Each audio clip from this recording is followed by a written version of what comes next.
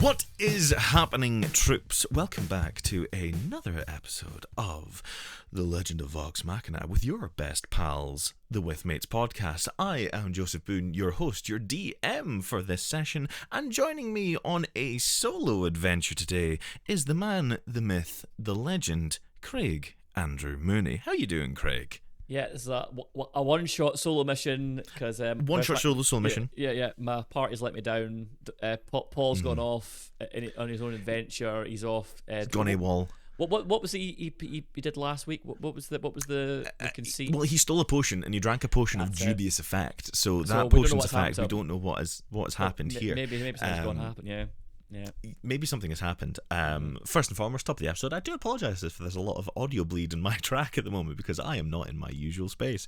I am sitting under apparently a helicopter flight path today. So, Craig, how are we doing before we get into the episode? Because we don't have a lot of time. This is going to be a shorter one today, folks. I mean, how are we feeling about these 3 episodes? Podcast with the podcast first, as you can see.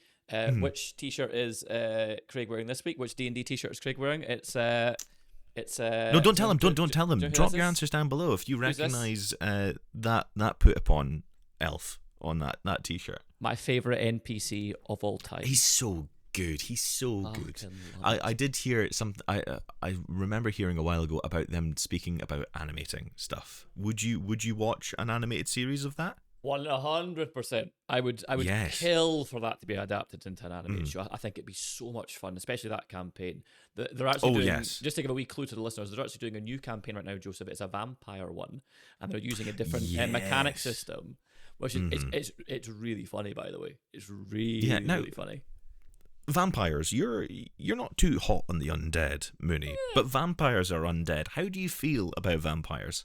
I'm not as against vampires because it's got good lore to it. It's got a good you can do lots of different things with vampires, and I quite enjoy the whole mythos around them and where the idea kind of came from in history and stuff. So I don't mind them. I'm okay with vampires. Just fucking zombies. I hate. I'm glad that you enjoy vampires because obviously we had Silas and Delilah Briarwood within the show. We'll talk about them later, but before we dive into chatting about these 3 episodes, the 3-episode drop of The Legend of Vox Machina Season 4, give us your overall non-spoiler thoughts about the 3 episodes. We had 3 wonderful episodes. First one titled Tarion, My Wayward Son. Then we had Derolo's 11, and then we had We Are His Blood. So give us our quick 30-second spoiler thoughts about all 3 episodes. 3, 2, 1, go. God, I hate the pressure. For me, this is, I think, one of the best 3 episodes that we've had of the show. I really liked every single one of these episodes, and I thought. Especially, I know that we said in the chat, Joseph said that episode 5 fucked hard. I agreed with that. But I loved episode 6. I thought episode 6 out of the 3 was my favourite. I really enjoyed it. I thought it was really, really well done. And I think the show, again, epitomised itself in the sense of that every episode has a very clear beginning, middle, and end. Every episode is a little snapshot in itself. And I think all 3 of these are epitomise that, but also all 3 of them together work really well.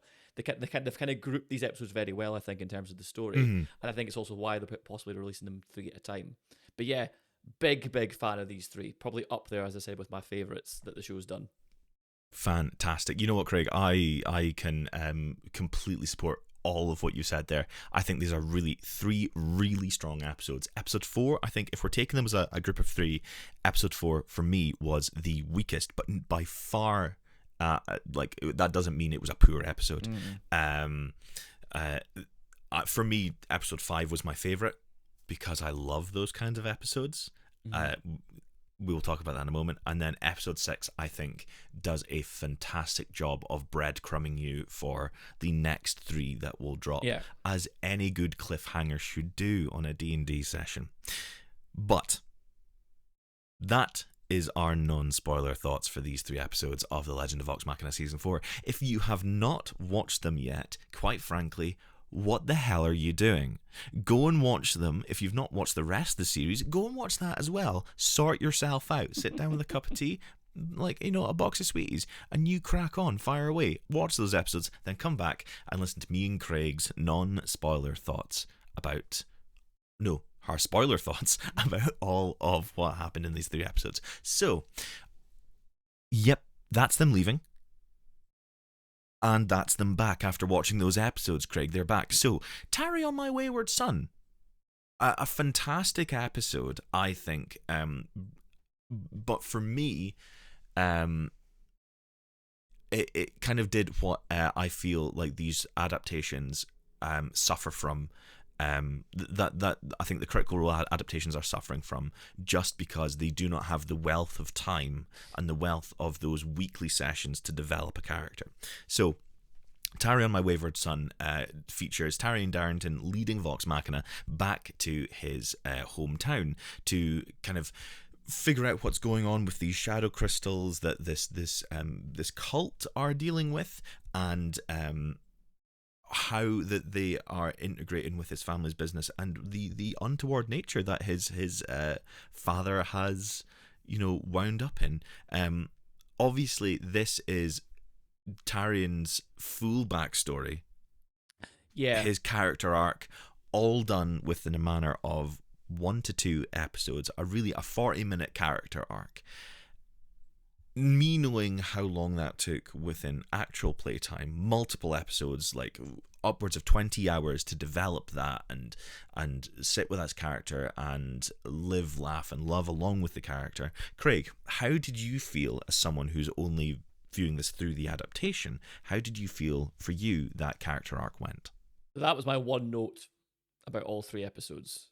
Was yes. I felt that whole part was incredibly rushed, and I thought that I understand obviously why they did it, because we've got bigger fish to fry in terms of like the whole overarching threat and things like that. It's a whole season of television we need to get through, so I get it. Yeah, I do get it, but I, as a viewer, especially one who had gravitated so hard towards Tarian in those first 3 episodes, I was hoping for a little bit of a longer time with him, to kind of develop that and kind of you know, why he is the way he is in his backstory. I was genuinely surprised actually at how the episode kind of unfolded and that it was kind of all kind of wrapped up, because I think that when you think about Percy's arc, for example, that took a whole season, you know, things like that. So I was a bit surprised that it was so quick, but you know, I still very much enjoyed the episode. I thought it was really fun.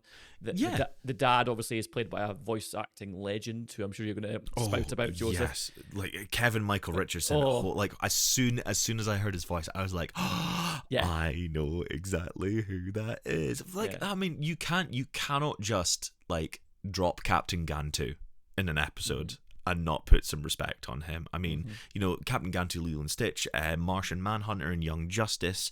The Mauler twins in Invincible. Oh yes, the Mauler twins in Invincible. He's also Monster Girl in Invincible as well. He is, So many, like, he's pretty much in everything from like our childhoods. Potentially, maybe more mine than yours, Craig. And adulthood as well. An adulthood as well. He's just Oh, here he is. Mad. And speaking of people who are everywhere, we have a latecomer to the podcast. we have Polly Smack. We have Polly Smack joining us in our. Headphones are in. He is here, having an utter mare. Paul, we are currently in our full spoiler thoughts about the 3 episodes. Are you going to channel your fury into this review? Let me give it a go. Yeah, no, I fucking loved these episodes. They were great. I tried not to get my expletives out straight away, but I couldn't help that first one. Yeah, great 3 episodes. Loved the heist. Heist was great. Loved the next one. There was lots of fun stuff where we're getting to know about the characters. I'm loving Pike's sort of story arc right now. And it all flowed very nice. I really liked the artwork in the 5th episode, like when they were describing the heist and stuff like that. Lots of really gorgeous. Lots of really cool things, yeah. Yeah. But Paul, we're going to dial into probably your favorite episode title. We're currently talking about "Tarry on My Wayward Son," as an episode, and I've just asked Craig what he thought about the very neatly wrapped up character arc that Tarion had. How did you feel about having that as someone who is not aware of the show, similar to Craig? I mean, it certainly was like done in one episode, but also I feel like there's probably more to his character. It's just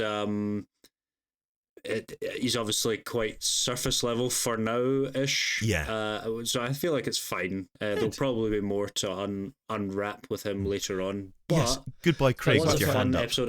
Can I just check Paul's recording? I liked his dad. Can I just check Paul's recording? Yes. Yes, I did remember to hit record. So we are. And I thought, like, all did good. Did he hit record? Did he not hit record? So yeah, sorry. This will be fun to edit later. So for this episode, there's a lot of little things that in it I loved from a standpoint of callbacks, stuff that they've adapted from the actual show. I think they've done really, really well. There are three things I want to highlight before we jump onto the next episode, because we are strapped for time in this episode here. So first and foremost, the trophy that Tarion's dad takes from Vox Machina's adventures. A lovely callback to a certain dragon, Umbrasyl. What did we think of that? Did that tell us anything about Howard Darrington when we saw that? That kind of clued into Dude's who got he money. was. Dude's got money. Dude's got money. Yeah. And he's not afraid of the odd dark or cursed object. Yeah. Yeah. That game was Very fucking much. cool, by the way. That was a great idea. Where does it? I liked the card game was fun. Like, I liked that. Yeah. So the cards are something I want to talk about. Do you remember what they were called? Just off the top of your heads. The deck of infinite jack. The deck of many the deck things. The deck of infinite possibilities is what it's called in the show, which is legally distinct from the deck of many things. Within D&D, the deck of many things is this artifact of legend. This is like such an old thing. It's appeared in so many different editions of the game, and DMs introduce it into their campaign if they are not afraid of the utter chaos that can unfold with it. So Paul, you would love this. If you had one of these, if I was running a campaign for you, I would never give you one. Let's put it that way. I would never give you one. Not a chance. You can draw up to 3 cards at a time, and the effects happen instantaneously, and like multiple things can happen. So you can have like vast wealth is given to you, like happens in the episode, the like 10,000 silver pieces, or like it can summon a unicorn, and that unicorn can be friendly or can be evil towards you. Other things happen, like you can summon a level 5 fighter who is just like sworn fealty to you. Or there's a card that strips you of all your wealth. These are ones that I've pulled myself as a player. There's one that it just summons a spectre of death that chases you down until it finds you and then tries to kill you, and it won't stop until you kill it. Right, yeah. Yeah. So like, there's so many possibilities, and that's relatable. Yeah. I loved the adaptation of the artifact, and I loved how it was the way that Taliesin delivered the line. It's the deck of many possibilities. It felt like such a wink and a nod to the audience, going, "We know you know, we know you know, and we know that Wizards of the Coast's legal team are standing just off camera." It felt that's how that felt. So obviously through the episode we see that Tarion kind of stands up to his dad, and the dude, Cleaves, I think it is, who's got that same sort of Doty armor. He seals his dad in a bubble of silence as he's going off in one, and becomes like, the hero of the day. How did we feel that Tarion deserved this arc? Yes, did we but feel not that, this quick. Yeah, but yes, not as quick. Yeah, 100%. And before we move on, is there any like standout bits or any bits of imagery or a sequence that we want to highlight? Because there's one I want to speak about. I just want to quickly. talk about Wayne Brady singing for a sec. I'm just happy to manage to get that in. We just Yes. it's just Wayne Brady singing every now and again would be just lovely. Yes. Just keep that going, guys. You said last episode, Craig, that he has been perfectly cast in this role, and I think he's showing that more and more as the episodes progress. There is a wonderful foppishness to him that is being delivered in these episodes. That when Tyrion was in the campaign being played by Sam, I wasn't too hot on him because he's replacing Scanlan. We don't like that. We don't like change as D&D nerds. But then Sam was still Sam playing the character. There was still that constantly trying to do the bit, doing this, do that. Calling the characters like Greg and like Stumpy or whatever. That was just him being a wind-up merchant. But the fact that Wayne Brady has taken this character and made it his own is amazing. I love everything he's doing, and I would love to see your guys' reaction to how Sam plays Tarry. I watched the video of it. I watched the wee compilation. Did you? Yeah. Nothing spoiler based, but just like a compilation of like his first like introduction. It was great. It was good fun. I really enjoyed it. Yeah. Fantastic. But we will cut in media res to what was our reactions at the end of episode 5, gentlemen. At the end of the heist one. At the end of Derulo's 11, what do we think about that? What if you could sum up your thoughts right at the end of the episode? What would it be? A wild ride, a wild ride. Yeah, I was just taken on it was just it actually also felt like the end, like just the show when it was kind of earlier on, like season 1, kind of when they were still kind of like a bunch of fuck ups that they weren't heroes of the realm. It kind of still, it felt like that kind of chaotic energy was kind of back, which I quite enjoyed. So yeah, it felt familiar. Flying by the seat of your pants. That's what I have to say about it. A bit of fuck up energy. I agree with that. Fuck up energy. Big fuck up energy. Pants, yeah. And how we got there it devolved in this episode, Derulo's 11, my favourite episode of the 3. Craig said earlier, Paul, that episode 6 was his favourite. Episode 5 was mine. Which is your favourite of the 3? Would it be Derulo's 11 with that lovely art style, the changed intro cinematic to be that more heist themed thing? What's your thoughts on? Give me your thoughts on this episode as a fool. Oh, obviously, I had to be episode 4. No, I'm kidding. I think probably overall, I prefer episode 5 and Derulo's 11, but I did really like the character arc stuff in episode 6. That was quite. I liked seeing that. But episode 5, freaking loved it. I loved the wee like her transforming into a rat. And Keyleth going into a rat, yeah. Tits up because he's tried to give her instructions, but the orc, I'm assuming it's an orc bard, was there tried to get an autograph, and that really tickled me. It's just all going tits up one bit at a time. Tarians and like getting locked in the room being interrogated, and he just gives it, he's like, I'll never talk, and then just like this the Cobalt monk, of course we know from another series, of course, Udala Fawn, just smashes the chair with her fist, and he's like, they were there in the vault, they're that way, take them, don't hurt me. That really tickled me. I just liked everything. I think this episode really flowed, and there was a lot of funny stuff punchy to it, and the bloody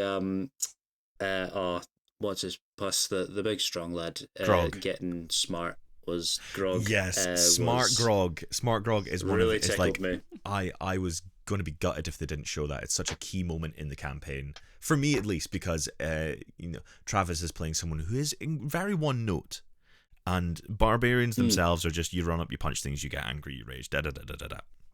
But having that is like a fun moment for an actor to change how you're playing a character, and B, as a player, to do something different with your characters. And I think this this episode for me highlighted. I think it's really lovely for when the plot goes wrong and everything goes tits up because of the characters and not because of things happening out with their control.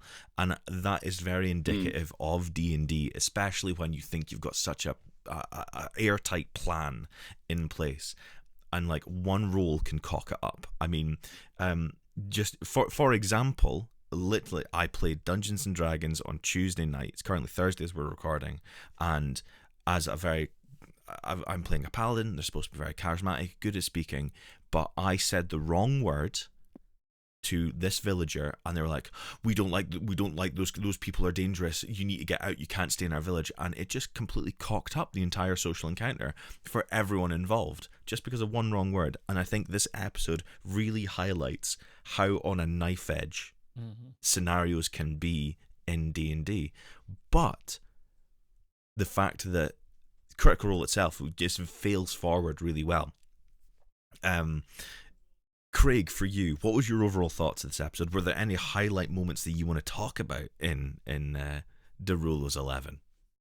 I really enjoyed the stuff with Vax and Vex. I thought those moments were really good, and a very very fun way of that whole big secret to be revealed on both counts. Yeah. Because I wasn't expecting the whole marriage thing. That was very interesting. I wasn't expecting that to have happened already. Yeah. And that not be like a thing. And also it kind of bled into the next episode, but the whole kind of thing, how Vax is feeling about the whole thing, about the fact that he's going to miss these moments and that they felt like they've been taken away from him, and that kind of motivation for his kind of feelings. I really enjoyed that part. So them kind of being buddy cop kind of energy, kind of that for the episode, that was my favorite part. The truth stone sort of thing was a really good way of doing that liar revealed sort of thing without making it adversarial. Also, as a note, for people who are watching this series for the first time, please do not search Vex and Percy wedding, because if you do, and there's a session about it, they play a session with them going through the wedding. There is major spoilers for Critical Role Campaign 1. Please do not watch it, lest you ruin the ending of the campaign for you. You don't want to do that. Very do not. And this is not a wry nod and a wink from me, knowing more than you guys. This is a genuine. I do not want anyone to have this moment spoiled for you. Please, for the love of God, don't. Is this like a Pandora's box thing? Yeah. Once it's opened, you can't unknow it. It's like toothpaste. Once you've cleaned your teeth, they can never get dirty again. Anyway, yep. How did we feel about the role reversal for Pike and Grog? The going from one being really strong and going smart, and then Pike getting big monster sized. What did we think about that? Big Pike energy. Yep. No, kind of loved that. Kind of loved the weird rap that played when she went big. Yeah. That kind of tickled me, kind of fitted that. But yeah, no, I thought it was a good way for basically, as you're saying, like the roll of the dice is not in their favor this episode, and they're making best of it. There's these guardians that are obviously quite powerful, trying to kill them. Grog is intelligent as all heck, and is like, I like the way they showed him reading, and it was like almost like Rain Man, It's like all the scrolls are just shining out in front of him and whatnot. And then obviously Pike, I like the way she combined her powers as well. Like, she's big now, but she can still use her Everlight shield and stuff like that. And she was just punching stuff. So I thought they combined stuff and was quite clever with it. And it was just cool seeing Pike kicking ass. Yeah, there's the potion of intellect. I believe, if I remember correctly, it like raises your intelligence to like 18 or 19, which is like near superhuman. It would be like, Sherlock Holmes level of intelligence. I think Caleb, where we see him in the Legend of Vox in the Mighty Nine, is sitting around like 17 or 18. Good, prodigal levels, but not like whereas like Trent Ickathon would be sitting at 20. Your extreme cases of like archmagery, like your Elminster or your Mordenkainen from D&D lore, they're sitting at like 20 or higher. There were like creatures back in the day, characters like Acerak who are sitting at like 22, 24, and like incredibly intelligent. So Grog going from dumb as shit to super smart was hilarious. But at the end of the episode, when he says, "I've only got 63 seconds left," I loved, and it was exactly 63 seconds until he got dumb again. That's really in the cool. runtime. That's really cool. It was beautiful. Such attention to detail. Before we jump into the next episode, is there any points that we've not covered in The Roll is 11 that we would like to talk about? Just want to point out there was something related to that intelligent thing that reminded me. Have you ever played Morrowind, Joseph? I dabbled. You dabbled? Morrowind was a big game for me when I was younger, and there's a bit where you just come across in the map and somebody just plops right in front of you, and you're like, he's like literally falling from the sky. And then, so this potion's reminded me of this. So you pick up this guy that's just fallen from the sky's like scroll, and you read it's like a magic scroll, and you cast it. And what it does is it gives you, because normally the highest your skill can go to is 100, so it increases your acrobatics to 1,000. So then you cast the spell and you jump.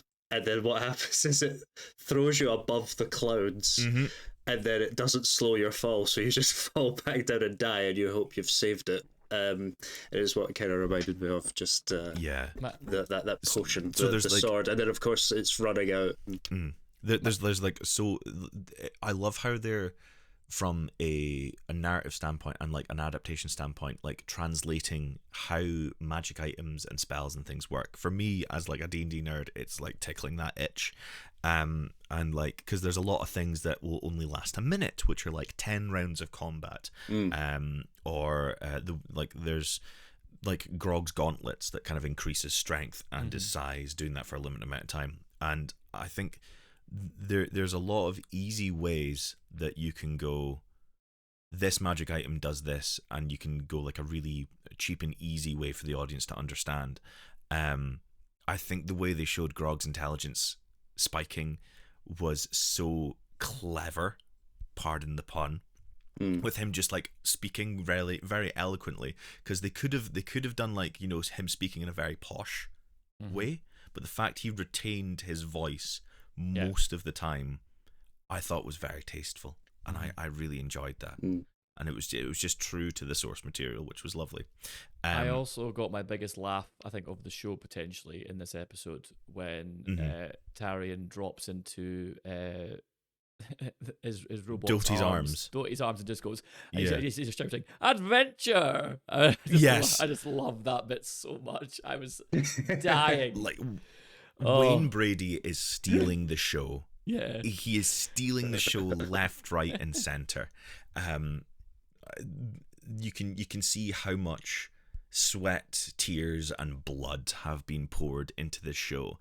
And blood is what I would like to talk about in the 6th episode of this 3-episode drop. We are his blood. Have we heard this phrase before, gentlemen? Have we heard it before in this series so far? We are his blood. I think so. I think I remember we someone are his blood. saying it. Yeah. Sorry, it's... Paul has been indoctrinated. It's starting to remind me of Hot Fuzz. Communitatis. Communitatis. Editor, drop that clip in here now.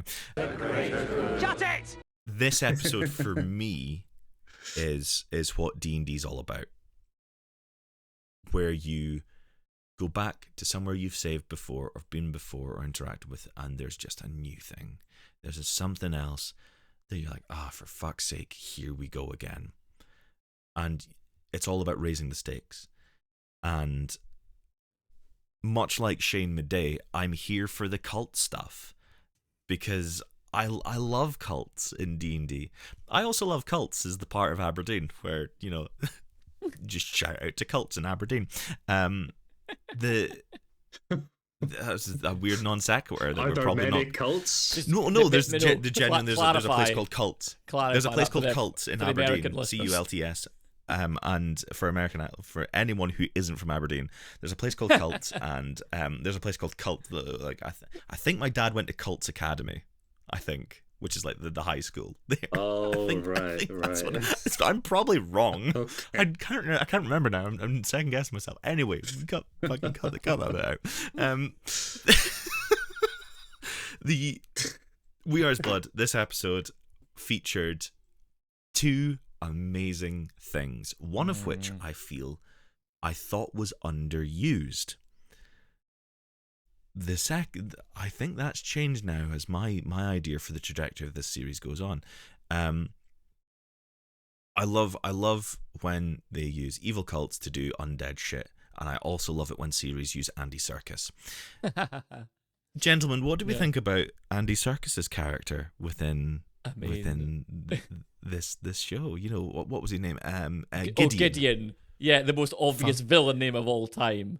Gideon, plus Gideon. played by Andy Serkis, is like, okay, well, he's the big bad. There isn't. He's the villain for this season. Did we enjoy the callback to Andor, where he has a nice speech at the end of the episode? Oh yeah, it was great. Oh yeah, I just love him. You're just missing the jumping into the water. He can't swim. This episode had some, like, if you look at the casting, the billing for this episode, you have got obviously Grey Delisle. Spoilers. You have got, which I'm surprised I never picked up on Grey Delisle voicing that priestess. And if I picked up on it sooner, I would have remembered. Oh shit, that's what they did. You've got Andy Serkis as Gideon. You've got Mindy Sterling as Louisa. And she was great. I forgot Henry Winkler was Wilhelm Trickfoot. And all the more sad. When he was great. He popped back up, I was like, God damn, they've really cast this show so well, haven't they? Oh, big time. This, for me, I think arguably this could be one of the best cast shows we've seen in the past, 10 years, animated wise. I think the last time I saw Henry Winkler voicing something was BoJack Horseman, so it was nice hearing his voice again in this. I forgot he was the. If you're a fan of Henry Winkler, Paul, I would highly recommend watching. With his, there was a lot of elder love in this. Yeah, there was. How did we feel about the realization that Pike's hometown had been taken over by this cult? Big fan, because it showed, as you said, Joseph, it showed that even if you save somewhere, there's always a fallout to these things. And I thought it was a very, very apt way of showing the ramifications of, as they said, as Louisa calls them, what did she call them? The big heroes or something? The big she called them something like that. Oh, I can't remember the exact wording of it, but like the big dog type thing. Like these guys, big dogs, heroes of the realm, something like that. They come in and they do this and then they leave, and that's it. What do we need to do? What do we do next? What happens next? And obviously, you see the ramifications of the people have the dragon lung disease. So and obviously, it's very obvious. This is what would happen. A cult. This is what always happens in real life as well. They take advantage of these situations and they embed themselves in these communities, and this is how they are successful. And it's exactly what would happen. This kind of cult would swoop into this village and say, "We have the answers. We can make you feel better. We can do this. We can do that." And so I thought it was a really clever way of kind of combining the overarching threat with a very intimate thing with Pike's hometown and her grandfather and things like that. There's something really satisfying that you have a job as a dungeon master when you are running these campaigns and writing these campaigns, that at least I feel this way, and I think Matt Mercer feels this way, of there needs to be reason for things. You can't just, unless you are just doing very much Munchkin style D&D, where you go in, you kick a door down, you fuck up an enemy, you get gold, and you fuck off again. If it's the power fantasy, you just want big numbers, big rules, it's fine. But if you're running something more narrative, I feel like there needs to be reason behind it. And there's been so much discourse. I'm gonna get that on a t-shirt. What? Big numbers, big rules. Big numbers, big rules. Wear that for our D&D big numbers, campaign. big rules. Yeah. I think Matt Mercer gets a lot of attention as a DM online because of what Critical Role has become. But I think the thing that he does the best is he cares so much about his world, and there always has to be reasons. He doesn't just go, "This is a person who does this thing." There's always like, how did they get there? What are their motivations? This and that. He does so much due diligence with his work, and I think it's becoming more and more apparent as this show is being adapted, and I'm seeing more of that care and attention coming through, and we're getting to see cutaways to what villains are doing, and we're getting to see like reasoning and things unfold visually as opposed to just audibly that you get with D&D, because it's very much a mental medium that you're experiencing this story through sound and like a shared experience, if that makes sense. And having the dragon lung be that reason that the cult swoops in, beautiful. Take advantage of it. It's gorgeous. That's me getting off my podium for now. We spoke about the cultists, and we see Mindy Sterling's Louisa try and bastardize a ritual that this priestess was conducting in episode 3 or 2, I believe. And the priestess, she obviously has a bit of umbrage with that. Did we like that show of power at the end as the fields were burning and Pike and Grog were trying to fight them? The way she like ripped the soul out of her body and did that. Paul, you like undead. How did you feel about that? I like a good soul ripping, yeah. Mm-hmm. No, that was cool. I like the way she turned up and just basically was like, because I liked the fact that the cult seemed to have a fair little bit of power. They were able to hold Grog and Pike at least by surprise, anyway. Yeah. With their wee culty ones. Yeah. But as soon as the blind lady, as soon as why turns up, she you'll get it in a minute, Craig. But as soon as she turns up, then she starts ripping souls out of people, turning them to dust and stuff. I was like, yeah, okay, I'm curious to see where this is going. And then of course we get the big reveal that Mr. Circus is the big bad, and sort of in charge of her, which did surprise me a little bit that he was the one on top, because obviously so far we've been seeing her as the one in charge. So I am curious to see where he goes, like, and how because he was the one that offered obviously Pike the wine and then gave her a little cheeky wink. Yeah. And it was like, it's all going to be fine.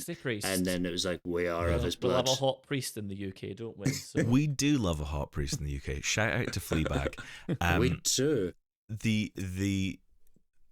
I think yet again. I was thinking, oh no, never mind. I think yet again, Grey Delisle is just eating up with all of the performances she's given. I mean, she's Princess Azula. Come on. The fact that she gets such lines as like, "This is not your time to die," saying it to Pike as her dad is dying, after saying to Grog, you're like the best son I could ask for, or something similar. That whole moment made me well up. And when Wilhan Trickfoot did die in that episode, man, that hurt. That was bad. I did not enjoy that. That really hurt. I'm sad also because Henry Winkler's not in the show anymore as well. And I know, he's so good. Mm-hmm. So then, as Paul said, we get that reveal. We wanted undead. We wanted undead Henry Winkler. Yeah, that's what we wanted. Craig, how did you feel about the reveal of Gideon being the mastermind behind all this? I mean, as I said already, I saw it coming. I was like, yeah, you're not casting Andy Serkis in this role unless he is the villain of this piece. Yeah. So I was like, yeah, cool, okay, I'm liking this. I love the name Gideon as well. As I said already, I just love that name. I think it's such a cool character name. I'm interested to see where the character's going, as Paul says. I want to see, like, is he the one, or is he the one that we have to get to the one? If you know what I mean, yeah. So obviously, we learn that it's the cult of the Whispered One. Yes. Yes. So and was it? So we're not implying that he is the guy. are we? Or do you think? Do you think? This is my question to you both. Do you think that Andy Serkis is the Whispered One, or is he a subordinate of the Whispered One? I think he's the one that, as in the one that we get, the one that we have before the Whispered One. I think he's the one that, like, the top lieutenant type boss, if you know what I mean. That's what I think at this point. What do you think? I think he is himself being prepared to be the vessel for the Whispered One. Mm-hmm. That's Whispered One's still in that cave. That's a good shout. Yeah. Okay. Because of Pike's ancestor. Mm-hmm. And I think he's saying, we're of his blood, we're doing this cult thing. He's maybe got some amulet that lets him talk to it or something like that. Yeah. And then he's going to be like, we are his blood, enter me. Okay. I will be your vassal. Okay. And they'll become one. That's my prediction. Goodbye, Craig, you were saying? No, it was just before we finish, I just wanted to say how much I enjoyed the Keyleth and Vex stuff in that episode. I really enjoyed them getting pished together and working out their issues, and then going to the Raven, the matron of Ravens, because they both did such a really good performance as well. Like, I think obviously the focus was very much on Pike and Grog and the Granda and stuff, but that was equally as powerful and as a fantastic voice acting performance from the pair of them. Yes, that scene was so good. And very well, like, the writing was brilliant in that scene as well. I just thought I'd give it a shout out because I really enjoyed that part of the episode as well. Mm-hmm. Yes, lovely. Percy and and of course, too. all that as well. This episode was great. This episode is one of my favorites. Like, genuinely, we had so much in it. We had we learned about Thar and Fala, the place where the Whispered One was sealed away. Mm-hmm. We learned about Pike being related to this ancient champion. That Scanlan has the Myth Carver, the weapon she wielded. We had all of the moments where the characters reconciled about all the things that they were kind of harboring for each other. We had the beautiful moment where Taryon Darrington proves himself as someone who's actually an intelligent inventor and like uses Doty as like this thing to and Doty died. There was so much in this episode. It sheds a tear. No, it was utterly beautiful. What an episode. So before we end, give me your 30-second predictions, please, for the next 3 episodes. Where is the story going? Paul Sterrett, we're coming to you first, please. Okay. 30 seconds. Right. 3, 2, 1, go. Starting now.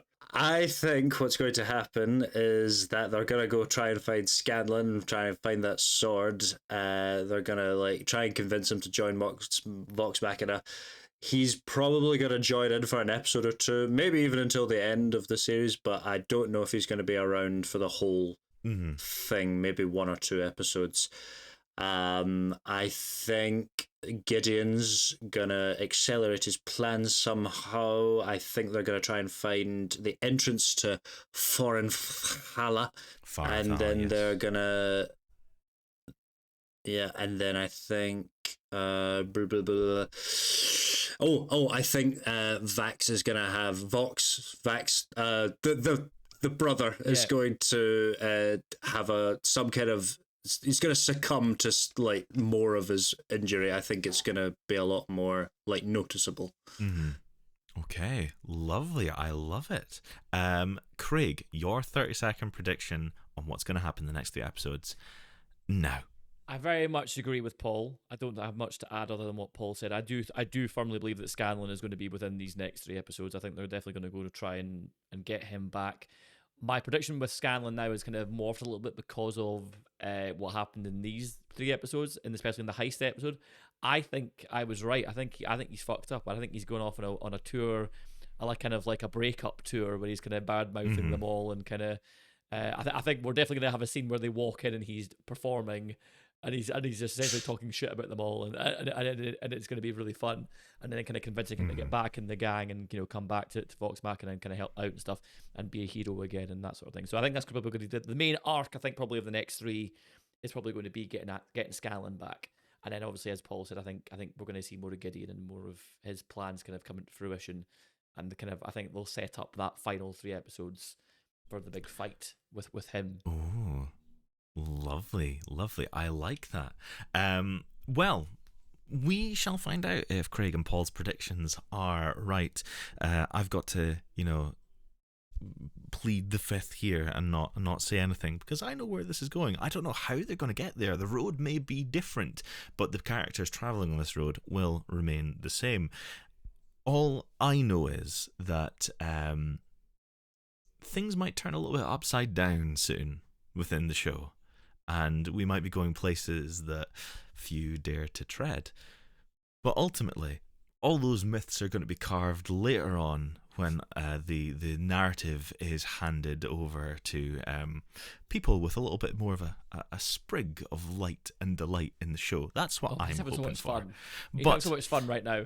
Honestly. until then, He's up to it. until then, we shall love you, leave you.